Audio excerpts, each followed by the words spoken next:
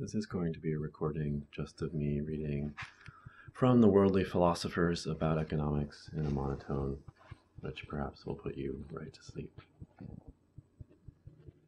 The Dreams of the Utopian Socialists. It is not difficult to understand why Malthus and Ricardo should have conceived of the world in gloomy terms. England in the 1820s was a gloomy place to live. It had emerged triumphant from a long struggle on the continent, but now it seemed locked in an even worse struggle at home. For it was obvious to anyone who cared to look that the burgeoning factory system was piling up a social bill of dreadful proportions, and that the day of reckoning on that bill could not be deferred forever.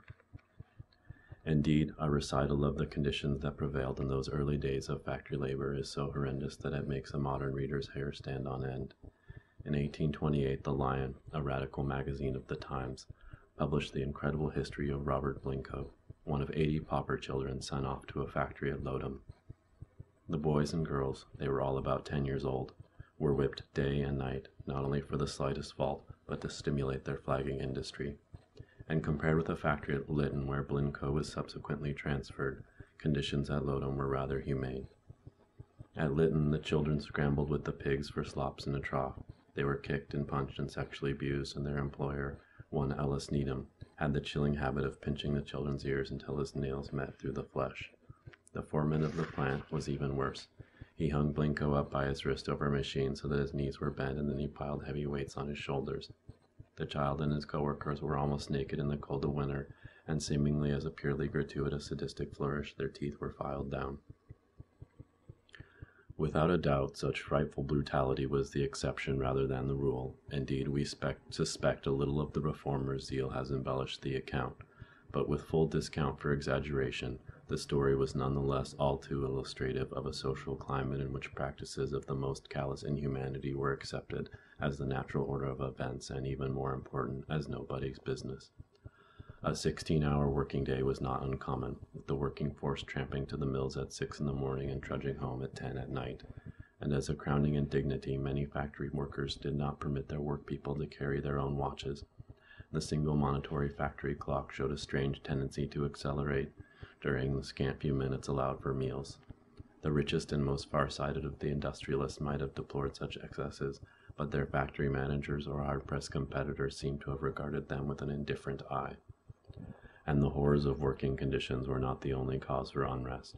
Machinery was now the rage, and machinery meant the displacement of laboring hands by uncomplaining steel.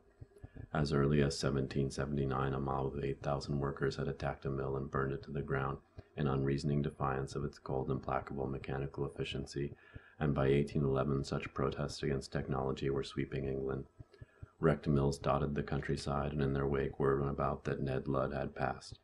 The rumor was that a King Ludd or a General Ludd was directing the activities of the mob. It was not true, of course. The Luddites, as they were called, were fired by a purely spontaneous hatred of the factories that they saw as prisons and the wage work that they still despised. But the disturbances raised a real apprehension in the country. Ricardo, almost alone among the respectable people, admitted that perhaps machinery did not always operate to the immediate benefit of the workmen, and for this opinion he was regarded as having slipped for once from his usual acumen. To most observers the sentiment was less reflective. The lower orders were getting out of hand and should be severely dealt with, and to the gentler classes the situation seemed to indicate the coming of a violent and terrifying Armageddon. Southey, the poet, wrote, "At this moment nothing but the army preserves us from that most dreadful of all calamities, an insurrection of the poor against the rich, and how long the army may be depended upon is a question which I scarcely dare ask myself." And Walter Scott lamented, "The country is mined beneath our feet." But all through this dark and troubled period one spot in Britain shone like a beacon through the storm. In the dour mountains of Scotland, a good day's post from Glasgow, in country so primitive that the toll-gate keepers at first refused gold coins, never having seen them before, stood the gaunt 7-story brick mills of a little community called New Lanark. Over the hilly roads from Glasgow rode a constant stream of visitors. 20,000 signed the guest book at New Lanark between 1815 and 1825, and the visiting crowds included such dignitaries as the Grand Duke Nicholas, later to be Tsar Nicholas I of Russia, Princes John and Maximilian of Austria, and a whole covey of parish deputations, writers, reformers, sentimental ladies, and skeptical businessmen. What they came to see was the living proof that the squalor and depravity of industrial life were not the only and inevitable social arrangement. Here at New Lanark, neat rows of workers' homes with 2 rooms in every house. Here were streets with the garbage neatly piled up awaiting disposal instead of being strewn in filthy disarray. And in the factories a still more unusual sight greeted the visitor's eyes. Over each employee hung a little cube of wood with a different color painted on each side: black, blue, yellow, and white. From lightest to darkest the colors stood for differing grades of deportment. White was excellent, yellow good, blue indifferent, black bad. At a glance the factory manager could judge the deportment of his workforce. It was mainly yellow and white. For another surprise, there were no children in the factory, at least none under the age of 10 or 11, and those that did work toiled only a short 10 3/4 hour day. Furthermore, they were never punished. No one, in fact, was punished, and save for a few adult incorrigibles who had to be expelled for chronic drunkenness or some such vice, discipline seemed to be welded by benignity rather than fear. The door of the factory manager stood open, and anyone could, and did, present his objections to any rule or regulation. Everyone could inspect the book that contained the detailed report of his deportment, and thus served as referent for the assignment of his colored cube, and he could appeal if he felt that he had been unjustly rated. Most remarkable of all were the little children. Instead of running wild and fierce through the streets, they were found by the visitors to be fast at work and play in a large schoolhouse. The littlest were learning the names of the rocks and trees they found about them. The slightly older were learning grammar from a frieze where general noun contested with kernel adjective and corporal adverb. Nor was it all work, delightful as the work seemed to be. Regularly the children gathered to sing and dance under the tutelage of young ladies who had been instructed that no child's question was ever to go unanswered, that no child was ever bad without reason, that punishment was never to be inflicted, and that children would learn faster from the power of example than from admonition. It must have been a wonderful and indeed an inspiring sight, and for the business-minded gentlemen who were less likely to be carried away by the sight of happy children than the tender-hearted ladies, there was the irrefutable fact that New Lanark was profitably, marvelously profitable. This was an establishment run not only by a saint, but by an eminently practical one at that. It was not only a practical saint who was responsible for New Lanark, but a most improbable one.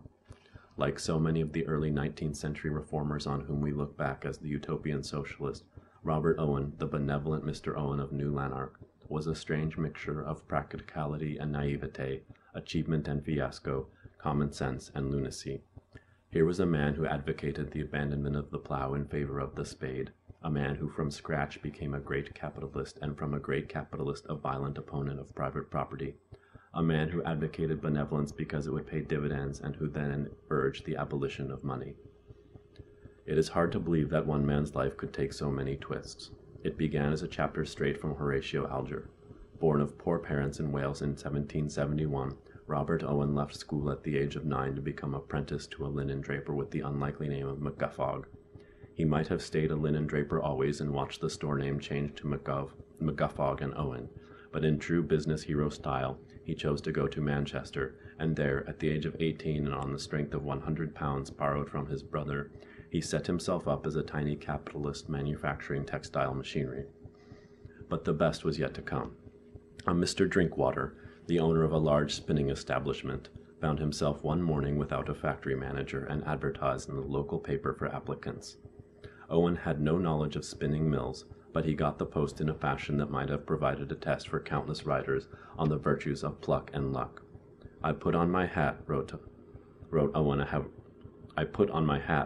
over a half-century later, and proceeded straight to Mr. Drinkwater's counting-house. "How old are you?" 20 this May was my reply. "How often do you get drunk in the week?" "I was never," I said, "drunk in my life," blushing scarlet at this unexpected question. "What salary do you ask?" 300 a year was my reply. "What?" Mr. Drinkwater said with some surprise, repeating the words. 300 a year. I have had this morning I know not how many seeking the situation. I do not think all their askings together would amount to what you require. I cannot be governed by what others seek, said I, and I cannot take less. It was a characteristic Owen gesture, and it succeeded. At 20 he became the boy wonder of the textile world, an engaging young man with a rather straight nose and a very long face, and with large, frank eyes that advertised his candor. Within 6 months, Mr. Drinkwater offered him a quarter interest in the business. But this was still only the prelude to a fabulous career. Within a few years, Owen had heard of a set of mills for sale in the squalid village of New Lanark. Coincidentally, they were owned by a man with whose daughter he had fallen in love. To acquire either the mills or the hand of the daughter looked an impossible feat. Mr. Dale, the mill owner, was a fervid Presbyterian who would never approve of Owen's radical free-thinking ideas, and then there was the question of how to find the capital to buy the mills. Nothing daunted, Owen marched up to Mr. Dale as he had once marched up to Mr. Drinkwater, and the impossible became done. He borrowed the money, bought the mills, and won the hand of the daughter in the bargain. Matters might well have rested there. Within a year Owen had made New Lanark a changed community. Within 5 years it was unrecognizable. In 10 years more it was world famous. It would have been accomplishment enough for most men, for in addition to winning a European reputation for far-sightedness and benevolence, Robert Owen had made a fortune of at least £60,000 for himself. But matters did not rest there. Despite his meteoric rise, Owen conceived himself as a man of ideas rather than as a mere man of action. New Lanark had never been for him an idle exercise of philanthropy. Rather, it was an opportunity to test out theories that he had evolved for the advancement of humanity as a whole. For Owen was convinced that mankind was no better than its environment, and that if that environment was changed, a real paradise on earth might be achieved. In New Lanark he could, as it were, test his ideas in a laboratory, and since they succeeded beyond all measure, there seemed no reason why they should not be given to the world. He soon had his chance. The Napoleonic War subsided, and in their wake came trouble. A succession of what Malthus would have called general gluts racked the country from 1816 to 1820, with the exception of a single year. Business was very bad. The misery threatened to explode. Bread and blood riots broke out, and a kind of hysteria gripped the country. The Dukes of York and Kent and a body of notables formed a committee to look into the causes of the distress, and purely as a matter of course they called upon Mr. Owen, the philanthropist, to present his views. The committee was hardly prepared for what it got. It had no doubt expected a plea for factory reform, for Mr. Owen was widely known for his championship of a shorter working day and the abolition of child labor. Instead, the notables found themselves reading a blueprint for social reorganization on a sweeping scale. What Owen suggested was that the solution to the problem of poverty lay in making the poor productive. To this end, he advocated the formation of villages of cooperation in which 800 to 1,200 souls would work together on farm and in factory to form a self-sustaining unit.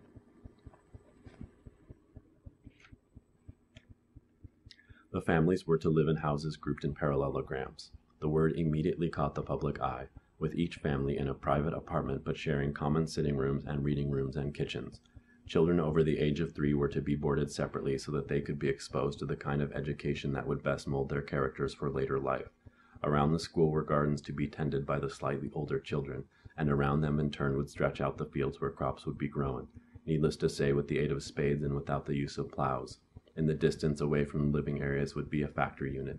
In effect, this would be a planned garden city, a kibbutz, a commune. The Committee of Notables was considerably taken aback. It had hardly prepared to urge the adoption of planned social communities on a day of untrammeled laissez-faire. Mr. Owen was thanked, and Mr. Owen's ideas were carefully ignored. But Owen was nothing if not single-purposed. He insisted upon a review of the applicability of his plans and flooded Parliament with tracts expounding his views. Again his determination won the day. In 1819 a special committee, including David Ricardo, was put together for the purpose of trying to raise the necessary £96,000 to establish one full-fledged experimental village of cooperation. Ricardo was skeptical, although willing to give the plan a trial, but the country was not skeptical at all. It found the idea an abomination. One editorialist wrote, "Robert Owen, Esquire, a benevolent cotton spinner, conceives that all human beings are so many plants which have been out of the earth for a few thousand years, and require to be reset. He accordingly determines to dibble them in squares after a new fashion." William Cobbett, then in exile in America for his own radical ideas, was even more scornful. "This gentleman," he wrote, "is for establishing communities of paupers. Wonderful peace, happiness, and national benefit are to be the result. How the little matters of black eyes, bloody noses, and pulling of caps are to be settled, I do not exactly see. Mr. Owen's scheme has at any rate the recommendation of perfect novelty. For such a thing as a community of paupers, I believe no human being has ever heard before. Adieu, Mr. Owen of Lanark." Owen did not, of course, envision a community of paupers. He believed, on the contrary, that paupers could become the producers of wealth if they were given a chance to work, and that their deplorable social habits could be easily transformed into virtuous ones under the influence of a decent environment. And it was not only the paupers who were to be thus elevated. The villages of cooperation were to be so manifestly superior to the turmoil of industrial life that other communities would naturally follow suit. But it was obvious that Owen held his views alone. Serious-minded people saw in Owen's scheme a disturbing threat to the established order of things, and radical-minded people saw in only a farce. The necessary money for the trial village was never raised, but now there was no stopping the indomitable philanthropist. He had been a humanist, now he was become a professional humanitarian. He had made a fortune, now he dedicated it to the realization of his ideas. He sold his interest in New Lanark in 1824, set about building his own community of the future. Not unnaturally he chose America for his milieu, for where better to build utopia than in the midst of a people who had known political liberty for 50 years. For a site he bought from a religious sect of Germans known as Rapides a tract of 30,000 acres on the banks of Wabash in Posey County, Indiana. On the 4th of July, 1826, he dedicated it with a declaration of mental independence from private property, irrational religion, and marriage, and then left it to shift for himself with a lovely wishful name of New Harmony. It could not and did not succeed. Owen had envisioned a utopia sprung full-blown into the world, and he was not prepared to wean one from the imperfect environment of the old society. There was no planning. 800 settlers poured in helter-skelter within a few weeks. There was not even elementary precaution against fraud. Owen was bilked by an associate who piled insult upon injury by setting up a whiskey distillery on land that he had unfairly taken. And since Owen was not there, rival communities sprang up. McCluria under one William McClure, and others under other dissidents. Their pull of acquisitive habit was too strong for the bond of ideas. In retrospect, it is only astonishing that the community managed to exist for as long as it did. By 1828, it was apparent that the enterprise was a failure. Owen sold the land, he had lost 4/5 of his entire fortune in the venture, and went off to talk about his schemes to President Jackson and then to Santa Anna in Mexico. Neither of these gentlemen expressed more than polite interest. Owen now returned to England. He was still the benevolent, if slightly cracked Mr. Owen, and his career was about to take its final unexpected twist. For while most opinion had mocked at his villages of cooperation, his teachings had sunk deep into one section of the country, the working classes. This was the time of the first trade unions, and the leaders of the spinners and the potters and the builders had come to regard Owen as a man who could speak for their interests. Indeed, as their leader. Unlike his peers, they took his teaching seriously. While the villages of cooperation were being debated by committee of notables, real working cooperative societies based on his tracts were springing up throughout the country on more modest scale.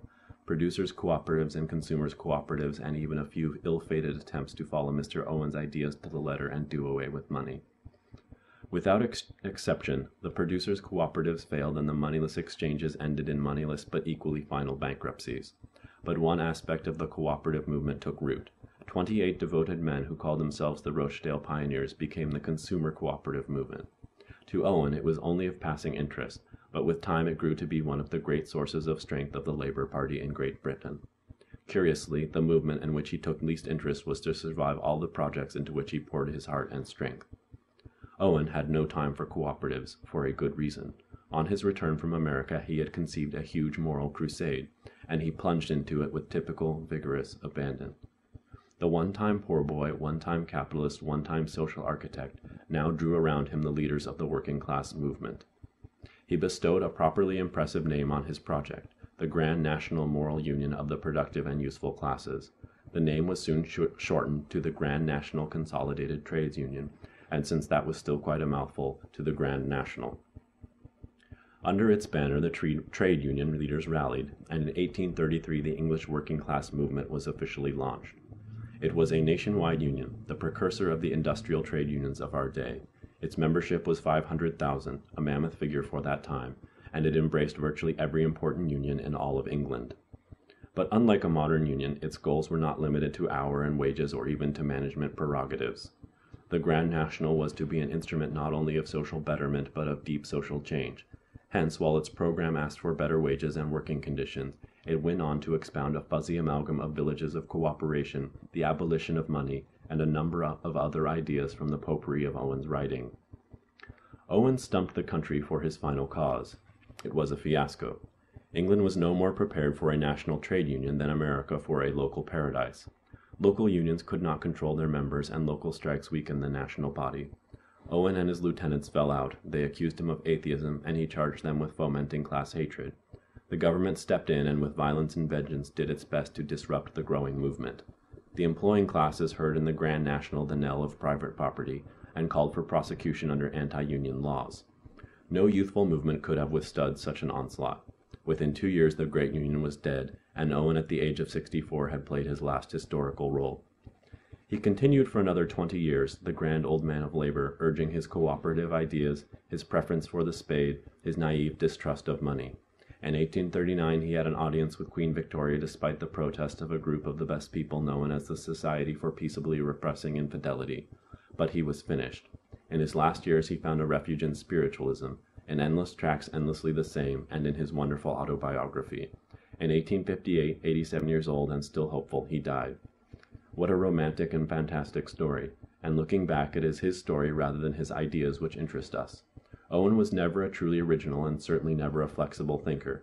Robert Owen is not a man to think differently of a book for having read it. It was the devastating way in which one contemporary writer characterized him, and Macaulay, who fled at the sound of his voice, called him always a gentle bore.